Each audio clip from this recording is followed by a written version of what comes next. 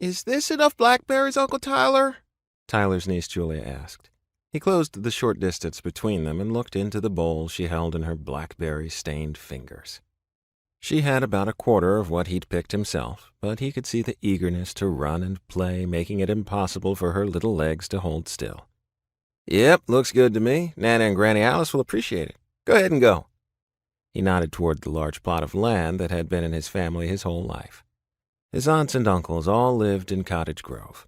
His cousins, too. Tyler's parents lived in a ranch-style home smack dab in the middle of it. Tyler lived there, too, being the only one of his siblings who wasn't married. They were close. His whole family was, and always had been. They gave him his space and privacy, but at 24 years old, it was starting to feel a little strange that he still lived at home. Not that he didn't pay his way or help, because he did, but yeah, he was still living with his parents. And he had to admit it wasn't always as perfect as he made it sound. Tyler was the youngest, the baby of 5 siblings. His parents weren't supposed to have been able to have any more kids, and then, suddenly, his mom was pregnant. It had been a difficult pregnancy and an even tougher birth, one Tyler and his mom almost hadn't made it through. She always said it was why they were a little closer, the two of them. When you almost die together, it does something to you. And that was also how he got the name Lucky. Not that he went by it. Tyler much preferred his middle name.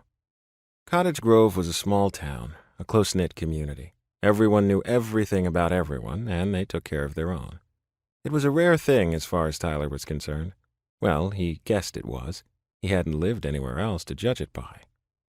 He watched Julia's skinny little legs push faster and faster as she ran back toward the house to find her cousins and play with her grandparents. Tyler picked a few more berries to ensure he had enough, then made the trek across the land he'd recently mowed and back to the house.